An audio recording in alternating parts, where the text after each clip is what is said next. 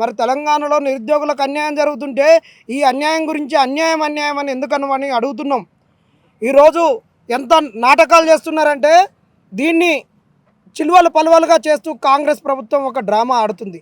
ఎలాంటి డ్రామా ఆడుతుందంటే ఈరోజు జీఏడీలో మేము ఎప్పటికప్పటికి అక్కడ ఏం జరుగుతున్నది అనేది తెలుసుకుంటున్నాం. ఈరోజు దీని గురించి నిర్ణయం తీసుకోవాల్సింది ప్రభుత్వం. ఆ ప్రభుత్వంలో ఏ శాఖ తీసుకోవాలంటే జీఏడీ సర్వీసెస్ వాళ్ళు తీసుకోవాలి.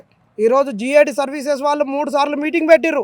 3 సార్ల మీటింగ్లో రేవంత్ రెడ్డి గారు మాట్లాడినటువంటి మాటలు, అక్కడి నుంచి వచ్చినటువంటి మాటలు ఏంటి అంటే నిరుద్యోగులకు ఈరోజు ఆర్ట్స్ కాలేజ్ సాక్షిగా అమరవీరులు ఇక్కడి నుంచి శవాలు మోసినటువంటి చెట్లకు ఉరికంబాలుగా ఎక్కినటువంటి గడ్డ నుంచి మీకు తెలియాలి.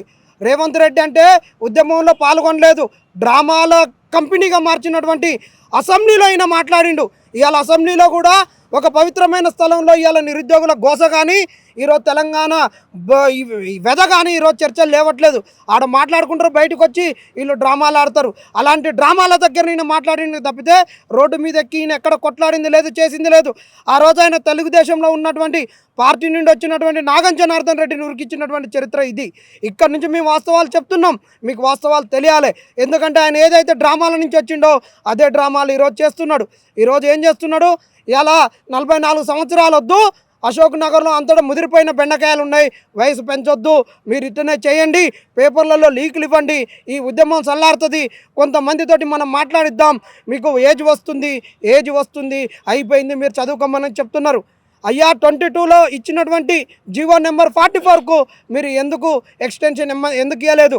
నోటిఫికేషన్లు ఇస్తున్నాం, మీకు నిరుద్యోగులకు ఎలాంటి ఇబ్బందులు కలగనీయం.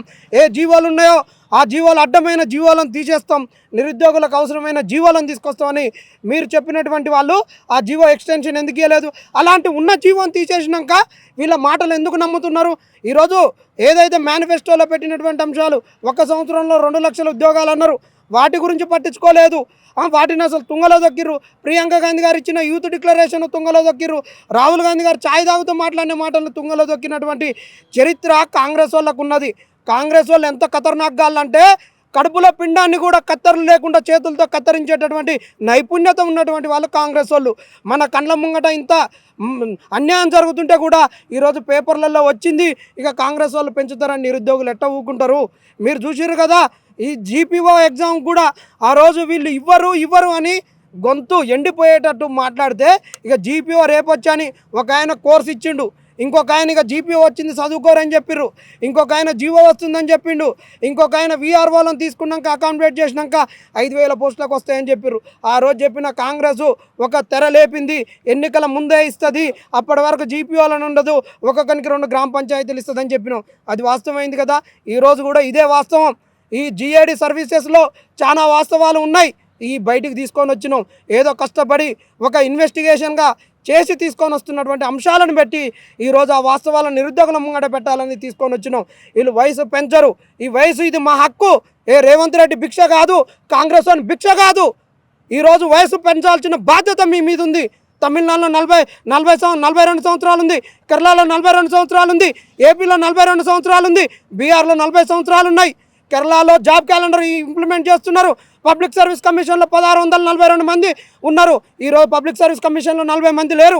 యూపీఎస్సీలో ప్రతి సంవత్సరం నోటిఫికేషన్ ఇస్తున్నటువంటి యూపీఎస్సీ ఎలాంటి అవకతవకలు ఉన్నా దానిపైన స్టింగ్ ఆపరేషన్ చేస్తున్నటువంటి యూపీఎస్సీ ఈరోజు 35 సంవత్సరాలు పెడితే ఈరోజు నువ్వు అమాస పుణ్యానికి ఇస్తావు. నువ్వు ఎట్టా 34 సంవత్సరాలు చేస్తావు. 1998లో వచ్చింది డిఎడ్ లెక్చరర్లకు నోటిఫికేషన్. మోడల్ స్కూల్కు 2012లో నోటిఫికేషన్ వచ్చింది. తర్వాత పిఎల్స్కు 2012లో వచ్చింది, పాలిటెక్నిక్ లెక్చరర్స్కు.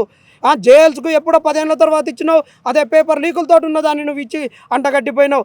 ఈరోజు ఈ ఆర్ట్స్ కాలేజీలో ఉన్నటువంటి ప్రొఫెసర్లు ఎంతమంది? ఈ ఉస్మానియా యూనివర్సిటీకి దాదాపుగా ఒక 3,000 మంది ప్రొఫెసర్లు అవసరం. అన్ని కాలేజీలను కలుపుకుంటే ఈరోజు పట్టుమని 300 మంది ప్రొఫెసర్లు లేరు. ఈ ప్రొఫెసర్లను నింపకుండా ఇవాళ తెలంగాణ ఉద్యమం ముందు నుంచి ఆ రోజు తెలంగాణ ఉద్యమానికి భయపడినటువంటి బహుజన తెలంగాణ అంటే భయపడి ఆ రోజు బ్యాక్లాగులు నింపి 2012 నుండి ఇప్పటి వరకు రిక్రూట్మెంట్ లేదు.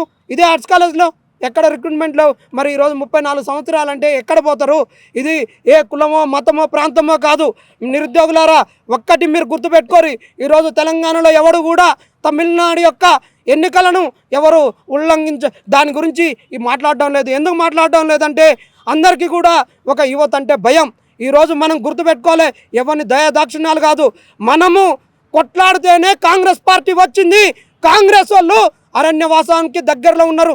10 సంవత్సరాలు వాళ్ళు అరణ్యవాసం చేసిర్రు. ఇంకా 4 సంవత్సరాలు అయితే వీళ్ళ అరణ్యవాసం ముగుస్తుంది. వీళ్ళ అరణ్యవాసం ముగిసే ముంగట వీళ్ళు ఆగమైపోతారని తీసుకొచ్చినటువంటి వాళ్ళం మనం. ఈరోజు వయసు పెంచకుంటే మిమ్మల్ని 14 సంవత్సరాలు కాదు కదా, 28 సంవత్సరాలు 2 సార్లు అరణ్యవాసం చేయించి కాంగ్రెస్ పార్టీని భూస్థాపితం చేసేటటువంటి బాధ్యత నిరుద్యోగులను తీసుకుంటాం. ఒక్కసారి నిరుద్యోగులారా కళ్ళు తెరవండి. తమిళనాడు అంటేనే డబ్బులు పంపకం, డబ్బులు పంపేది, బయటకు వచ్చింది ఉచిత హామీలు ఇచ్చేది తమిళనాడు. అలాంటి తమిళనాడులో ఎలాంటి డబ్బులు పెట్టకుండా ఇవాళ యువతతోటే విజయ్ గెలిచిర్రు. మన అందరం ఏకమైదాం, అన్ని పార్టీలను బొంద పెడదాం. డబ్బులు పంచకుండా నిజాయితీగా పనిచేసేటువంటి రాజకీయ పార్టీలను, అలాంటి రాజకీయ ఒరవడికి మనం ముందుకు పోదాం. ఈ రేవంత్ రెడ్డి కానీ ఇంకా ఎవరైనా కానీ వస్తే ఎవరికి భయపడే ముచ్చటే లేదు.